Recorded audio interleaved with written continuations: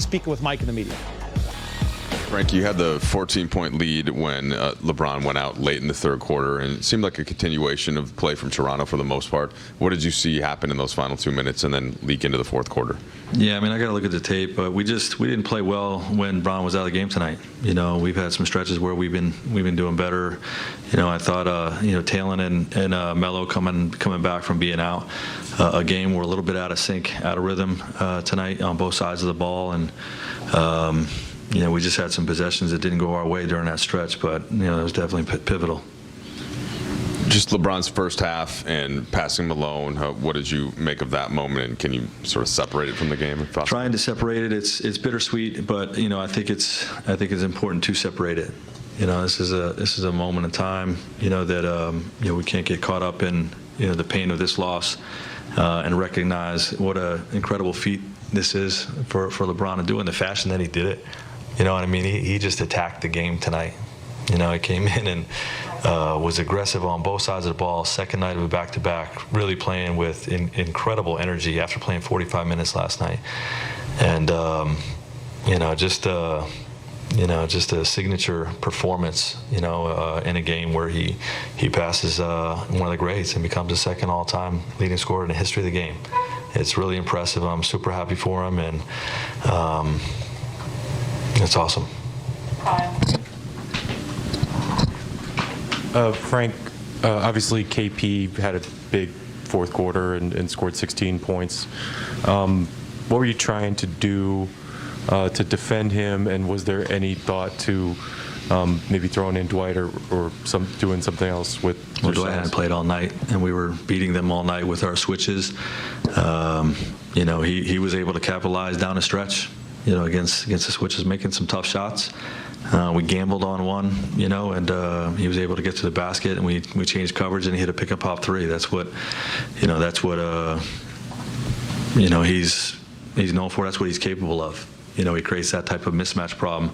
Thought our guys battled him for the most part throughout the night really well, and it made things hard for him, and you know, put ourselves in position to win. But you know, credit him for playing well down the stretch there. Dan?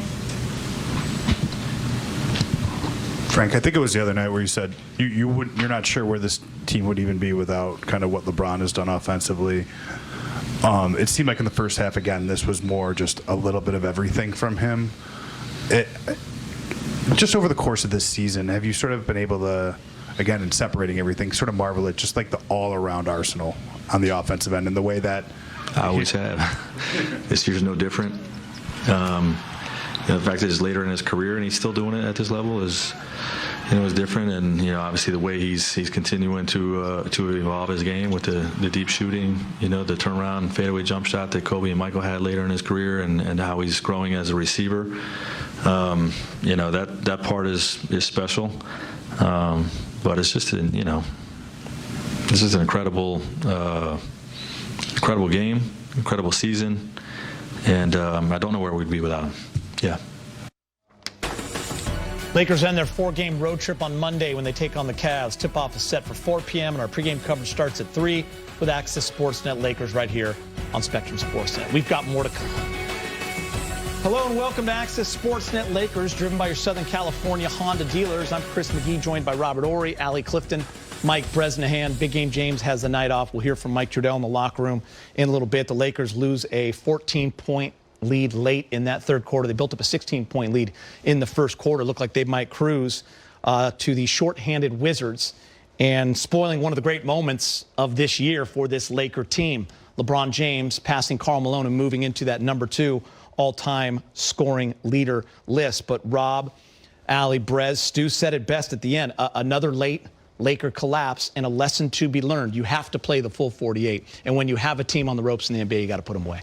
Yes, especially when you have a guy like the Unicorn. You know, Unicorn hasn't been Unicorn in a while. I think he had, 16 points in that fourth quarter. You got to be able to shut people down. And the Lakers didn't shut people down in the second half because they gave him life. They got a little excited. You know, we were celebrating LeBron.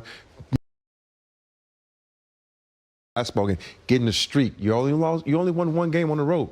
You only have 1 game winning streak, so you need 2 to keep it going. So there's a lot of problems that happen in this game. And if I had to pick just one, it had to be at the free throw line, because they gave up 31 free throws to Washington, and you can't have that. You can't foul. You got to play good defense, and that's something the Lakers haven't been doing of late. That's playing good defense. I think what's so disappointing, too, is you think about last night and just how that game was played from start to finish in Toronto less than 24 hours ago, and their ability to withstand runs, their ability to stay in it until the final buzzer sound.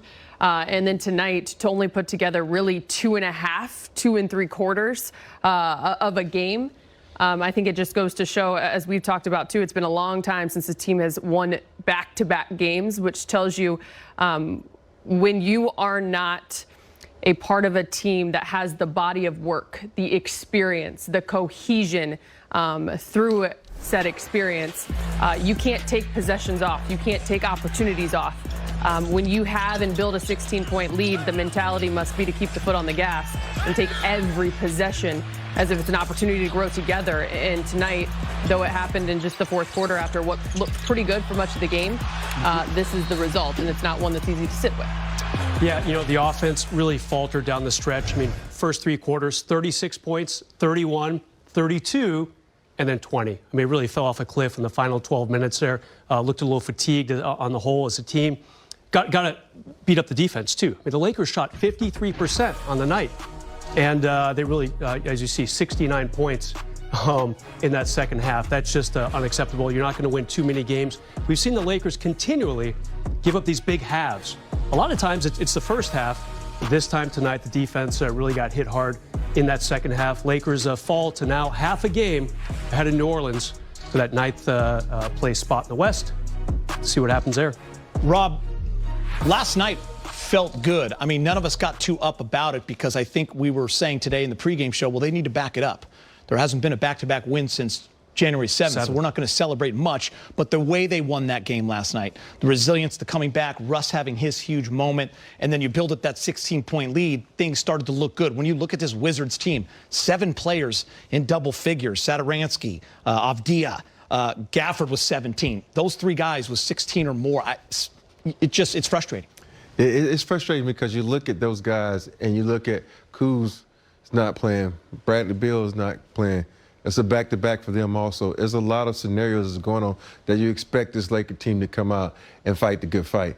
But it didn't happen. You got guys that we probably won't even hear from in the next 2 years that won't be in the league that go out and get 15, 18, all these type of points. And that boils back down to playing defense. You got to play defense. And the Lakers haven't been locked in a lot of times. They lock in like we talk about with the good teams.